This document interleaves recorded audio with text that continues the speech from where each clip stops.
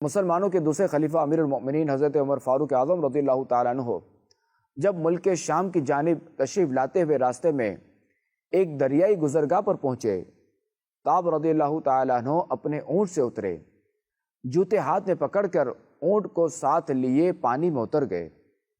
حضرت ابو عبیدہ رضی اللہ تعالیٰ عنہ نے عرض کی کہ آج آپ رضی اللہ تعالیٰ عنہ نے اہل زمین کے نزدیک بہت بڑا کام کیا، یعنی یہ آپ کی شایان شان نہیں ہے۔ مسلمانوں کے دوسرے خلیفہ فاروق اعظم رضی اللہ تعالیٰ عنہ نے ارشاد فرمایا، افسوس اے ابو عبیدہ، اگر یہ بات تمہارے علاوہ کوئی اور کہتا تو میں اسے امت محمدی کے لیے عبرت بنا دیتا۔ ہم ایک بے سر و سامان قوم تھے، پھر اللہ کریم نے ہمیں اسلام کے ذریعے عزت عطا فرمائی۔ جب بھی ہم اللہ کریم کے عطا کردہ عزت کے علاوہ سے عزت حاصل کرنا چاہیں گے تو اللہ کریم ہمیں رسوا فرما دے گا۔ اے عاشقان رسول، آج کل کسی کے پاس 4 پیسے آ جائیں، کوئی منصب یا عہدہ مل جائے تو اس میں اکڑ پیدا ہو جاتی ہے۔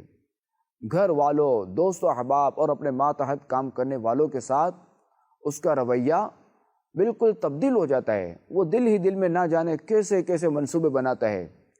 لیکن غور کریں، ایک طرف ہمارا یہ کردار اور دوسری طرف خاتم النبیین صلی اللہ تعالی علیہ وآلہ وسلم کی زبان مبارک سے جنت کی بشارت حاصل کرنے والے اور لاکھوں مربع میل کے حاکم مسلمانوں کے دوسرے خلیفہ امیر المؤمنین حضرت عمر رضی اللہ تعالیٰ عنہ کا کردار، یعنی اتنے بڑے حاکم ہونے کے باوجود عاجزی و انکساری اپنائی اور ساتھ ہی حضرت ابو عبیدہ رضی اللہ تعالیٰ عنہ کو کیسی زبردست نصیحت بھی فرمائی کہ ہمیں سب عزتیں اسلام ہی کی بدولت نصیب ہوئی ہیں۔